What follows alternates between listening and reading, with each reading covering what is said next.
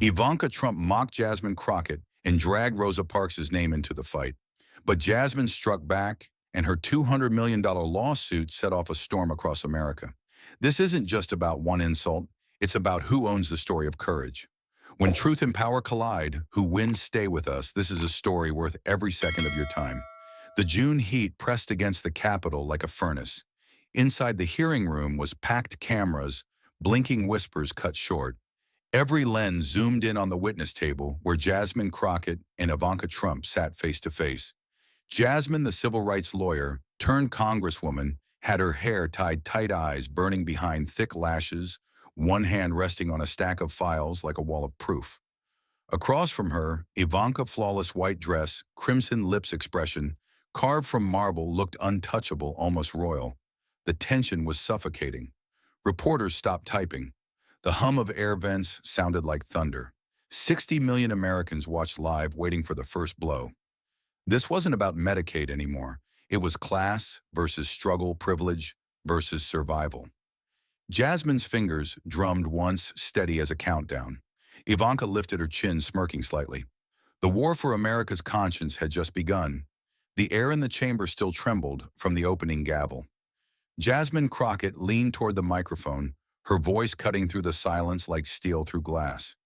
If Medicaid is cut, she declared, over 20 million Americans will lose coverage. 6 million children, 4 million people with disabilities, hundreds of thousands of veterans. Those aren't numbers, those are lives. Her words hit like punches, sharp, deliberate, undeniable. On the screens behind her, an image appeared, a veteran from Texas, missing a leg, sitting in a wheelchair with a folded flag in his lap. The caption read, "He fought for his country, now Medicaid fights for him." The room went quiet again, the kind of silence that hurts. Then Ivanka Trump shifted in her chair, lips curling into a faint, cold smile. Her voice rang out, high, sharp, practiced. "Those numbers are scare tactics," she said, brushing an invisible speck off her white sleeve. "In truth, Medicaid breeds dependency. Americans need to be strong, not cling to the bottle of government spending forever." She tilted her head toward the nearest camera, eyes glittering under the lights. "People who live off Medicaid are leeches, useless, draining this nation's blood." The last word hung in the air like poison. The chamber erupted. Democratic lawmakers jumped to their feet, shouting in disbelief. Shame echoed across the room. Some Republicans sat frozen faces, red eyes darting between Ivanka and the cameras. One CNN reporter whispered under his breath, "That's political suicide." The sound of flashing shutters filled the hall like a storm breaking. A single gasp rippled through the audience as the feed hit live television. The words "leeches of the nation" were already trending. Jasmine didn't move at first. Her hand tightened around the stack of documents in front of her, knuckles whitening. Then she rose slowly, voice deep and resonant, carrying over the chaos. "Did you just call the veterans who bled for this country, the children born with paralysis, and the single mothers fighting to survive parasites?" Her voice rose, each word a strike. "Did you just call this entire nation useless?" The chamber went dead silent. Cameras zoomed in, catching the fire in her eyes, steady, unflinching, lethal. Across the table, Ivanka's smirk widened, one manicured finger tapping rhythmically on the desk. The war had officially begun. The chamber still vibrated from Jasmine's last strike when Ivanka's patience finally snapped. She straightened, the smile freezing, and switched tactics from policy to humiliation. Her gaze cut across the microphones like a blade, daring the room to blink. "Ms. Crockett, you are nothing but a failed version of Rosa Parks. At least Rosa changed history. And you just shout for an echo, nothing more." The words landed like glass shattering on marble shards, skittering under every camera light. Echoes slicing through the hush, scraping nerves raw. Black lawmakers shot to their feet, voices crashing in waves. Shame, shame, palms slamming desks. Nameplates rattling. Reporters surged from both aisles, shutters machine gunning as boom mics wobbled. The broadcast cameras trembled with the noise tripods quaking on polished floors. On Twitter, the live stream counter spun wild, 2 million views in 10 minutes, comments firing like tracer rounds, hashtags detonating in real time. Jasmine's lips pressed into a hard line, her hand locked on the table until her knuckles blanched. Her eyes glimmered with fury, jaw set like stone. She drew a slow breath, shoulders squared, every muscle saying, "Hold." She did not strike back, not yet, not here, not now. By morning, the room's crackling silence had hardened into resolve. Floodlights washed a crowded press podium as Jasmine Crockett stepped up in a black suit, a draft complaint clutched in one hand, and a dozen microphones bristling in her face. Camera shutters hammered. Boom mics leaned in like spears. She raised the papers chest high so every lens could see the caption page. Her voice was steady, amplified, final. Ivanka. Trump insulted me, insulted Rosa Parks, and insulted millions of Americans who rely on Medicaid. I am suing Ivanka Trump for $200 million. The words landed with weight. Reporters glanced at one another, already composing push alerts as the room drew a sharp collective breath. A staffer slid stamped copies to the front row. The seal caught the light like a badge. Veterans in the back nodded, one man tapping a folded flag against his wheelchair rim. Producers' mouths were live as red tally lights locked on Jasmine's face. A question rose and died under the thrum of cameras. The line had been drawn and the facts were on paper. Outside, sirens and distant chants braided into the audio feed as networks broke into regular programming. On screens across the city, the Chiron scrolled Crockett Files 200 memoirs suit. Fox News cut to studio within the hour, a cold blue wash over glass and chrome. Ivanka sat rigid beneath the light's jacket, crisp jaw set gaze unblinking. She didn't wait for the full question. She pounced, voice sharp and surgical. She only wants money and camera lights. I will crush her in court. The host blinked, buying a second while producers scribbled notes. The quote ricocheted across the lower third before the echo even faded. Phones buzzed, bookers fired emails. The clip looped on split screens with Jasmine's podium shot. Then the media volcano blew. Homepages flipped to all caps banners. Anchors leaned forward like sprinters in the blocks. Push notifications stacked on lock screens. Breaking, developing, must read. Digital billboards near the Capitol flashed a single line as if it were an alarm, the $200 million showdown. Crockett versus Trump. In newsrooms, editors slapped desks calling for sidebars on Rosa Parks' Medicaid defamation law. The town felt smaller, louder, tighter, every corridor, every studio, every feed funneling toward the same collision course, and the whole country leaning in to watch. The federal courtroom roared like a living thing, lights blazing, cameras blinking red, the air thick with heat and breath. Rows of reporters crammed shoulder-to-shoulder, pens, tapping mics, craning forward. The words, "Live," federal court flashed on screens across America. Jasmine Crockett sat at the plaintiff's table, calm but fierce, flanked by her attorney, Marisol Drake. Across from them, Ivanka Trump adjusted her jacket chin high, lips tight, eyes cold. The judge entered, the gavel slammed, and the country held its breath. David Kaplan, Ivanka's lawyer, rose first. His tone was smooth, almost smug. "This case is not about hate," he said, pacing before the jury. "It is about free speech. The First Amendment protects political opinions, even harsh ones. America cannot criminalize uncomfortable words." He turned, spreading his hands dramatically toward the judge. "We cannot turn every difficult statement into a crime." A murmur rippled through the courtroom. Kaplan smirked, confident his constitutional armor was airtight. But Marisol Drake was already on her feet, her heels echoing like gunshots on marble. "This isn't opinion anymore," she declared, voice booming through the microphones. "This is a pattern, a repeated, deliberate pattern. Ivanka Trump has a history of degrading black congresswomen." She strode toward the evidence monitor, slamming a folder onto the podium. In 2019, she mocked Congresswoman Maxine Waters, calling her an old woman who loves to yell. In 2020, she implied Ayanna Pressley uses her skin color to claim relevance. And at a private fundraiser, she joked that Cori Bush and Ilhan Omar were ungrateful to America. Screens flickered with images, headlines, and verified transcripts. The crowd gasped. Cameras zoomed in. Marisol leaned forward, her tone lower, sharper. "This isn't a slip of the tongue. This is a system, a strategy to belittle and silence women of color in American politics. Representative Jasmine Crockett is simply the latest target of a calculated pattern." She lifted a printed statute high for the cameras. Under Section 230 of the Federal Defamation Code, intent to cause reputational harm is not protected by the First Amendment. The moment you weaponize your words to destroy someone's dignity, the shield of free speech disappears. Gasps rippled again, reporters' keyboards clattering like rainfall. The reaction was instant and electric. Maxine Waters shook her head, eyes glistening.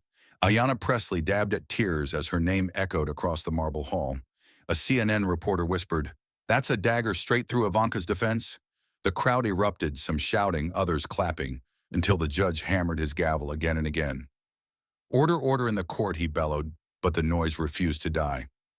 Then Jasmine Crockett stood, her voice steady but thunderous, sliced through the air.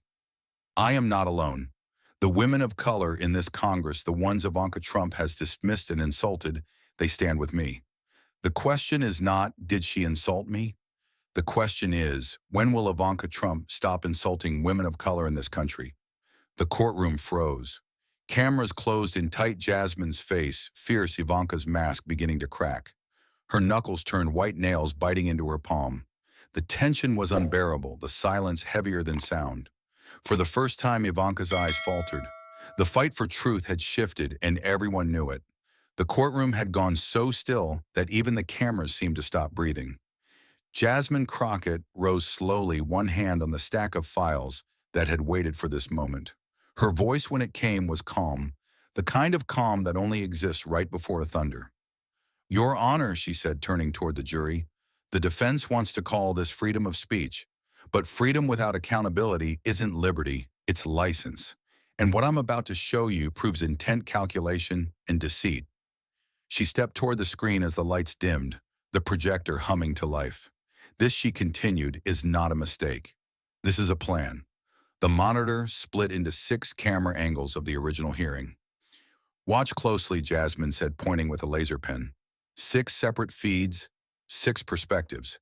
And in every one, Ivanka Trump looks directly into the main camera before she speaks. She doesn't glance by accident. She stares straight into the lens right before delivering her line. That isn't a reaction. That's preparation.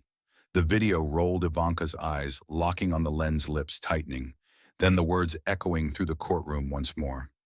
"People who live off Medicaid are leeches, useless, draining this nation's blood." Gasps rose across the room. Jasmine didn't flinch. She knew exactly where the camera was. She waited for her cue. "That's not passion, that's performance." Then Jasmine turned to the second screen. "Now," she said, her tone hardening, "let's talk about what came after." A slide appeared, a corporate email header from Trump Organization, Internal Communications. The subject line filled the courtroom wall in stark black letters: "Campaign to undermine Jasmine Crockett. Use Rosa Parks as bait." The jury leaned forward as Jasmine read aloud, each word a hammer. "Launch messaging operation. Frame Crockett as radical. Invoke Rosa Parks to trigger emotional reaction. If she responds, escalate." She turned to Ivanka, eyes burning but steady. "That's your organization's language, Ms. Trump. Use Rosa Parks as bait, not discussion, not debate. Bait." She slammed the page down. "You didn't just insult me. You weaponized the legacy of a woman who fought so people like me could even stand in this room." A hush swept through the gallery. Reporters scribbled furiously. The judge's gavel tapped once, but even he didn't stop her. Jasmine lifted the email high for the cameras. This was never about one comment. It was an operation, and this is the blueprint. She walked back to her table, each step echoing like a drumbeat.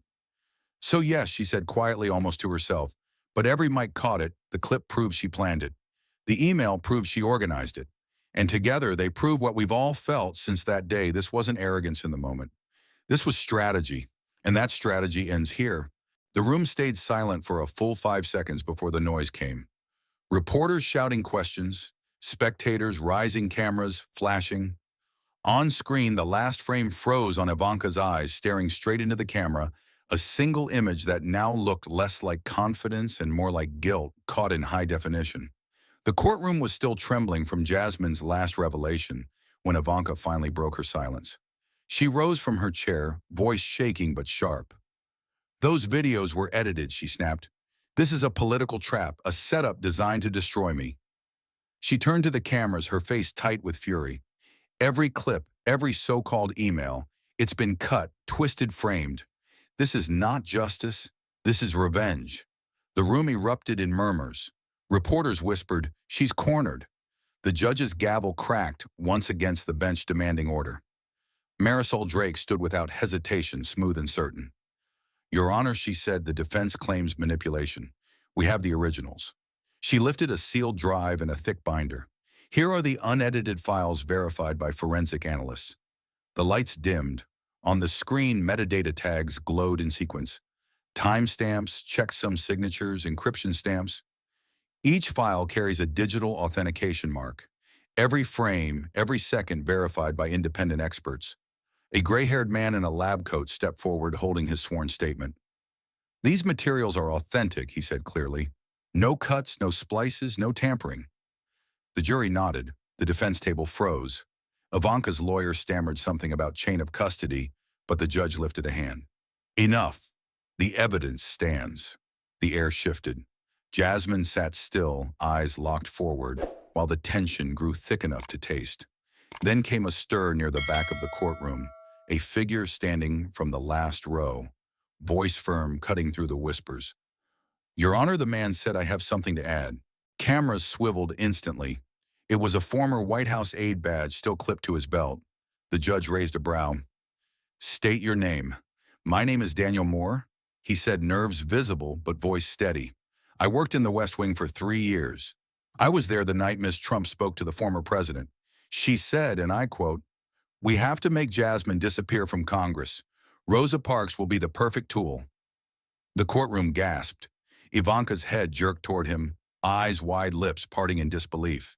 Kaplan shouted objection, but it was drowned under the sound of chaos, reporters shouting questions, spectators on their feet, the echo of the gavel pounding again and again. "Order, order," the judge roared. Then quieter, he leaned into the microphone. "The court has heard enough." The entire room froze as he adjusted his glasses and looked straight at Ivanka Trump. "This evidence is overwhelming. Intent, preparation, and coordination have been proven beyond doubt." He paused, voice like iron. "The court finds in favor of Representative Jasmine Crockett." The gavel fell once a single final strike. "Ms. Trump, you are hereby ordered to issue a public apology before Congress and to pay damages in the amount of $200 million. The room erupted. Flash bulbs exploded like lightning.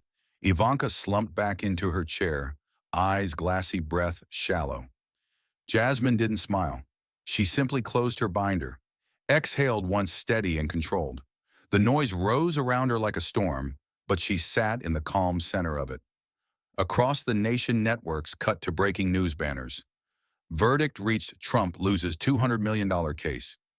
And as the cameras closed in, Ivanka's face dropped, her hands trembling as she prepared to do the one thing she had sworn she'd never do, apologize before the entire country. When the verdict echoed through Washington, the impact hit like an earthquake. Inside the Capitol, the chamber filled before dawn. The moment Jasmine Crockett walked in the room, erupted Democratic lawmakers rose, first clapping, cheering, some even whistling through tears. The sound rolled up the marble walls and across every camera feed. Representative Maxine Waters shouted over the noise, "That's what justice looks like." Even a few Republicans, faces tight, voices low, admitted what no one had dared say before. One of them murmured into the microphones, "Ivanka Trump has disgraced Congress." The crowd roared again. For the first time in years, the chamber felt united, not in politics, but in principle. Across the country, the response was immediate. Pew Research released an emergency poll. 75% of Americans supported Jasmine Crockett. Only 12% still stood by Ivanka. CNN anchors gasped live on air as the numbers appeared. A generational shift in public trust, one analyst said. The New York Times headline read, "Justice for Rosa Parks." The Guardian called it a moral correction decades overdue. Cable networks replayed the verdict on loop, while hashtags like Crockett wins and Justice for Rosa trended for 48 hours straight. America wasn't just watching, it was taking sides. In the streets, that emotion exploded into movement. From Atlanta to Detroit, from Los Angeles to New York, thousands marched under banners of Rosa Parks and Jasmine Crockett side by side. Portraits of both women, one in sepia, one in high-definition color, waved together like bookends of history. Chants filled city squares. One fight, one voice. Traffic stopped in 10 states as candlelight vigils turned into parades of celebration. Mothers carried signs reading, "Our children deserve fighters like Jasmine." Veterans saluted nurses, cried, and camera drones floated above, capturing what looked less like protest and more like a rebirth. On television, not everyone celebrated, but even anger sounded like surrender. Tucker Carlson, faced tight with disbelief, spat into the camera on Fox News. Ivanka just shot herself in the foot. "She's finished." The clip went viral within minutes, captioned with laughing emojis, and when Tucker admits. Across the aisle, political strategists scrambled. Every Republican fundraiser with Ivanka's name attached was quietly canceled. One campaign official leaked to Politico, "She's radioactive now. No one wants her near a podium." Then came the financial fallout. The Trump Organization's stocks nosedived overnight, a 28% drop in a single trading day. Investors fled banks, froze accounts, and old scandals reignited like dry tinder. Reporters dug back into the Pandora Papers, linking Ivanka's past shell companies to suspicious transfers from 2018. The Federal Election Commission reopened a dormant case file citing newly relevant conduct. The headlines stacked up like dominoes. FECE investigates. Trump fund Pandora returns the Ivanka collapse. At home, the dynasty cracked from within. Donald Trump, red-faced and roaring, was said to have smashed a glass during a phone call with Ivanka yelling, "You cost us everything." Behind closed doors, her siblings withdrew. Don Jr. skipped a family dinner. Eric canceled a public event. Tiffany unfollowed her on social media. The Trumps, long united by power, now scattered under the weight of disgrace. Ivanka's silence was louder than any statement. The woman once groomed for legacy now stood in exile from her own bloodline. Meanwhile, the internet turned the fallout into spectacle. Memes flooded every platform. Ivanka's frozen courtroom stare pasted onto movie posters. Her quote, "Rosa Parks failed," remixed into rap tracks, her apology speech auto-tuned over gospel choirs. Late-night hosts couldn't keep up with the punchlines. Twitter, TikTok, and Instagram melted into chaos, every frame mocking her fall from grace. One viral image captured the moment perfectly: Jasmine's calm face beside Ivanka's downcast one, captioned simply, "Grace versus privilege," and Jasmine. She became the face of something larger than victory. Time magazine unveiled its next cover. Jasmine Crockett standing before the Lincoln Memorial, sunlight cutting across her shoulders, headline bold and simple, "The Rosa Parks of Our Time." The article called her the voice that turned history's echo into action. Every bookstore sold out of biographies about Rosa Parks. Donations to Medicaid support programs tripled within a week. In classrooms, teachers replayed her courtroom speech as an example of courage and consequence. Congress recessed that afternoon, but the applause outside never stopped. The steps of the Capitol glowed with candles and TV lights, the crowd chanting her name into the night. And somewhere amid the chaos, reporters shouting, flashbulbs, bursting chants rising into the air. Jasmine Crockett looked up, took a breath, and for the first time allowed herself a quiet smile. Justice, after all, had finally come full circle. The applause from the Capitol steps still echoed through the night when dawn broke over Washington. The air was crisp, the sky painted in streaks of gold and blue, the kind of morning that felt like history had just rewritten itself. The courthouse had gone silent, but the country hadn't slept. Every network, every feed, every headline carried one story: Crockett versus Trump, justice delivered. By midday, Congress convened again, this time not for conflict but for recognition. The chamber gleamed beneath the dome as members of both parties filled their seats, reporters crowding the back rows.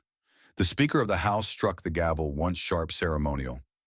"This Congress moves to adopt Resolution 441, she declared, to honor Rosa Parks for her enduring legacy of courage and civil justice."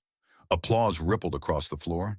Democrats rose first, but even Republicans joined in the tension of months dissolving under the weight of something larger than partisanship. As cameras rolled, the clerk read the resolution aloud, words that rang like scripture. Whereas Rosa Parks, through an act of quiet defiance, became the mother of the civil rights movement. Whereas her courage inspired generations. Whereas her legacy lives on through those who continue the fight for justice and equality. Every clause built toward the final line. "Be it resolved that the United States Congress hereby reaffirms Rosa Parks as a symbol of moral resistance and extends this honor in recognition of Representative Jasmine Crockett's defense of that legacy. The chamber stood clapping in unison. Jasmine remained seated for a heartbeat longer, eyes glistening before finally standing and bowing her head. Outside, crowds gathered by the reflecting pool, watching the live broadcast on massive screens. Veterans in uniform saluted. Teachers held hands with children. Chants began to rise softly, almost reverently. Rosa. Jasmine. Rosa. Jasmine. The two names became rhythm, became heartbeat, became history. Later that afternoon, under the marble rotunda, Jasmine stepped up to the podium for what everyone knew would be her most important address yet. She wore black, simple and elegant, the color of solemn pride. The $200 million verdict had turned her from congresswoman to national figure, but her tone was still grounded, measured, clear. She looked into the cameras not with triumph, but with purpose. "I did not sue to get rich," she began, her voice carrying through the hall. "I sued to remind this nation that history and honor are not for sale. Rosa Parks showed us that dignity cannot be silenced. I simply followed that path." She lifted a single document from the podium, a statement of foundation. "Every cent of the $200 million will go to the Rosa Parks Fund, a permanent trust to support low-income families, veterans, and children with disabilities. This fund will not bear my name. It will bear hers." The crowd gasped softly. Reporters' scribbled flashes popped, but Jasmine kept speaking. "Because justice without generosity is hollow, and victory without compassion is empty." The applause came like thunder. Members of Congress stood again, clapping above the echoing rotunda, some wiping away tears. The president, seated in the front row, rose to join them, nodding slowly in respect. The speaker leaned to a reporter and whispered, "She's just changed the moral temperature of the nation." Outside the Capitol, the scene had turned into a vigil. People knelt on the steps holding candles, the names Rosa and Jasmine spelled out in light. In Detroit, Birmingham, and Montgomery churches rang bells for the first time in years, not for mourning, but for gratitude. The Rosa Parks Museum announced it would dedicate a new exhibit, "From the Bus to the Bench, the Legacy Continues." That evening, Jasmine appeared again, this time under the glow of sunset at the Lincoln Memorial. The crowd stretched as far as the eye could see, millions tuning in live. The stage was simple, no banners, no slogans, just a wreath resting beside a bronze bust of Rosa Parks. The air shimmered with camera lights and the low murmur of anticipation. Jasmine stepped forward, holding the wreath of white lilies and golden ribbons. She placed it gently at the statue's base, then stood in silence. For a long moment she said nothing, only bowed her head as the wind caught her hair. Then she raised her face to the cameras, her eyes reflecting the dying light. "A single woman once refused to give up her seat," she said softly. "Today we refuse to give up her legacy." Courage isn't about loudness, it's about endurance. It's about standing when sitting would be easier, speaking when silence would be safer. And if this case proved anything, it's that one voice can still move an entire nation. Her words rippled through the crowd, reaching even the quietest corners. Children on their parents' shoulders waved small flags. Veterans saluted again. The crowd began to chant, low at first, then rising, unified, unstoppable. "Stand up for Rosa. Stand up for Jasmine." The echo carried over the water, past the monuments into the city. As the final rays of sunlight broke through the clouds, the cameras captured an image that would circle the world within hours. Jasmine Crockett standing before the statue of Rosa Parks. One hand on her heart, eyes closed, the wreath glowing under the floodlights like fire. Behind her, the Capitol dome shimmered in gold. CNN's anchor whispered on air, "America hasn't seen a moment like this since 1963. Then came the sound, a deep collective cheer that rolled across the National Mall like thunder meeting the sea. Strangers hugged. Reporters dropped their notes. Even those who had once doubted her now clapped through tears. For a heartbeat, the noise faded into silence, the kind of silence that means something sacred has happened. And in that silence, Jasmine looked up one last time, whispering into the wind, "Thank you, Rosa." The nation held its breath. The light flared, and then, like the breaking of dawn, the applause erupted again, wave after wave, until the sound swallowed the night. Across every screen in America, that single frame lingered, Jasmine Crockett, standing before the monument of Rosa Parks bathed in white light, her promise echoing through every household. I did not sue to gain. I sued to remind. One woman can protect the legacy of an entire people, and for the first time in a long time, America believed it. And when the roar finally softened to a hush, Jasmine stepped back to the mic with one last thing to say. The camera steadied the crowd, leaned in the mall, held its breath like a single lung.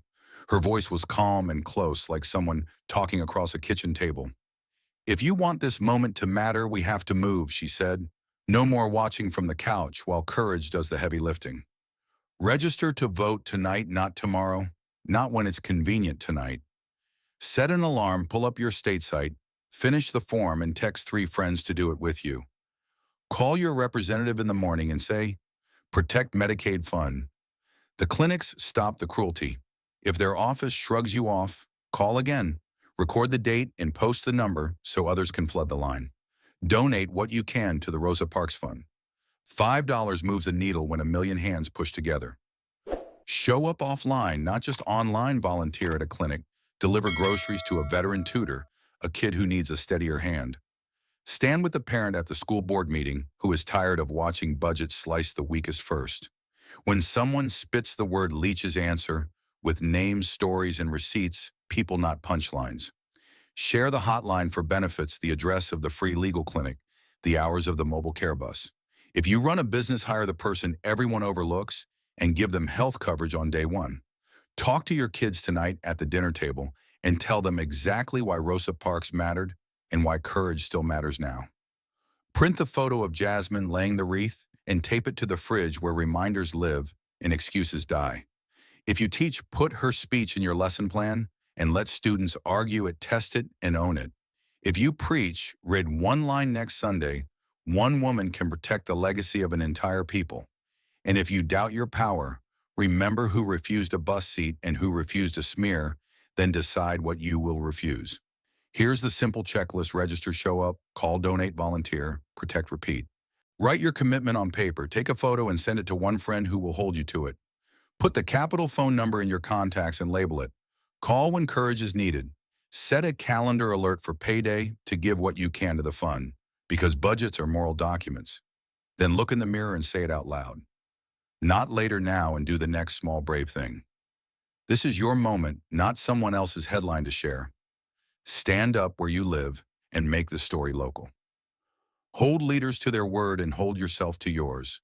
Carry the light home, keep it burning, and pass it. Tonight belongs to courage. Tomorrow is what you decide.